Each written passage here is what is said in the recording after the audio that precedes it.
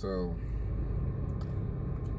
I'm just thinking about the devil and whatnot, and I'm gonna eat while I talk to y'all.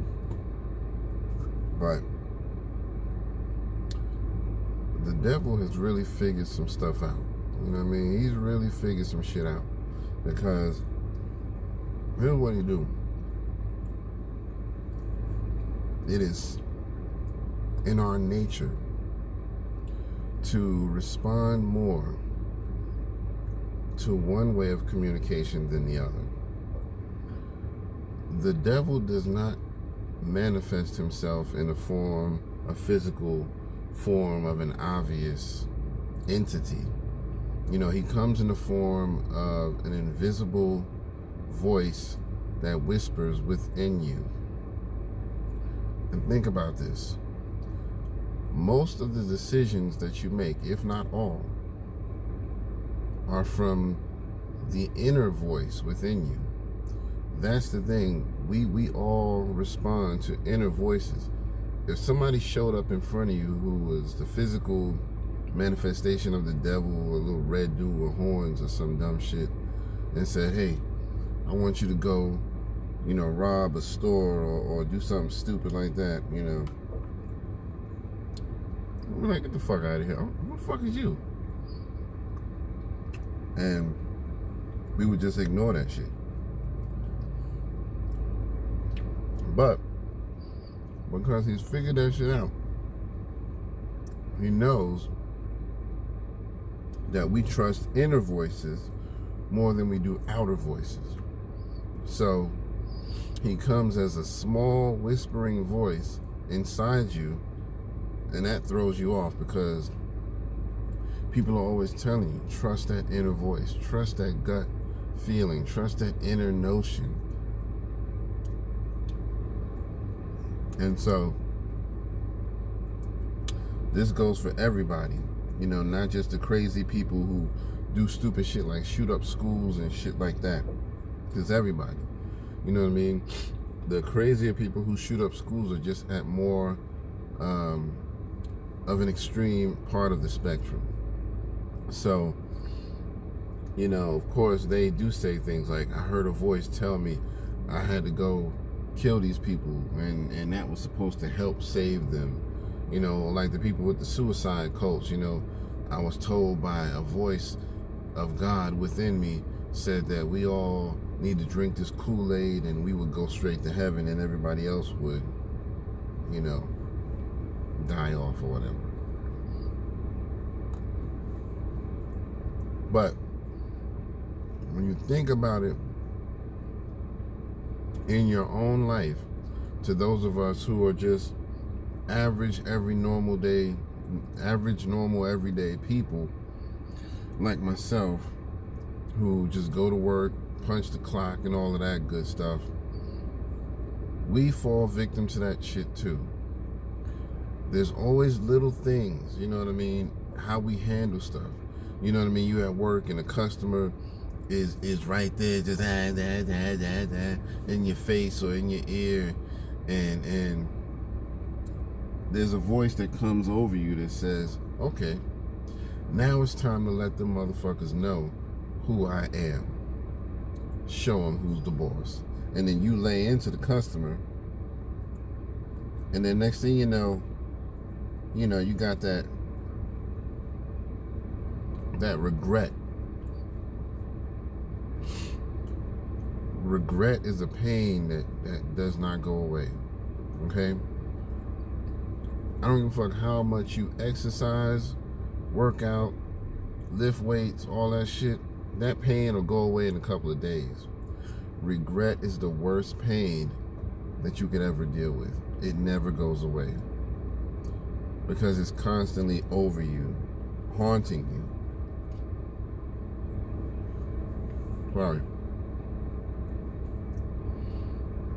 So, what I'm trying to say is, be careful about those inner voices that you hear, because we all hear them. You have to test those voices. You have to test them and see where they're coming from. You know what I mean? It does not matter what they're telling you to do, because they're going to make you feel like this is going to validate things. Trust me. Yeah, if that customer goes off on you, go right back off on them, because in the end, it's going to validate who you are and they're going to respect you. No, not really. You know, in some cases, they might leave you alone, but you never, 9 times out of 10, that's only 1 time out of 10 that dumb shit is going to work. 9 times out of 10, you're going to be the one with the pain of regret. You know what I mean? Or how you deal with your significant other or your kids. You know what I mean? In the heat of the moment when they're getting on your damn nerves and, you know, their voice comes over you and says, okay, cuss them out. You know what I mean? Or do this or do that. That's the shit that we got to be aware of.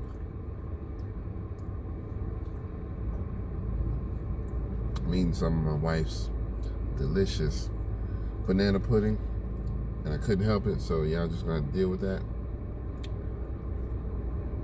But anyway,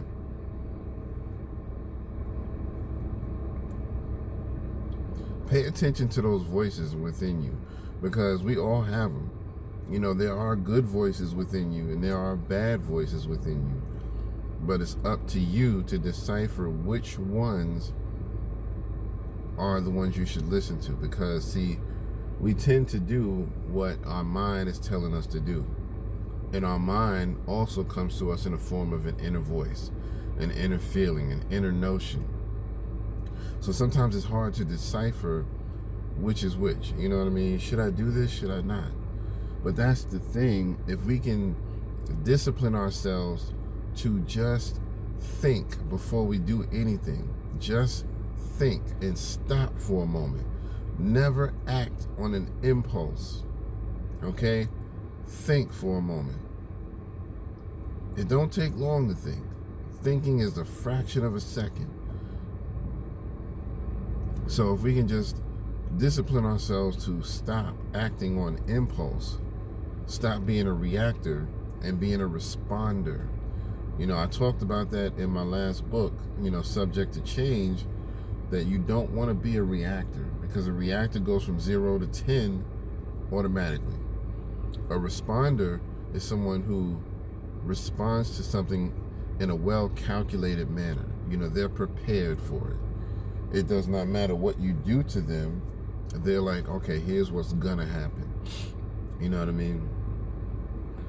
So that's my advice. You know what I mean? Just, the devil is very cunning and very smart, and he knows exactly how to get in your head by giving you a little nudge or a little voice that says, yeah, it's okay, go ahead and do it.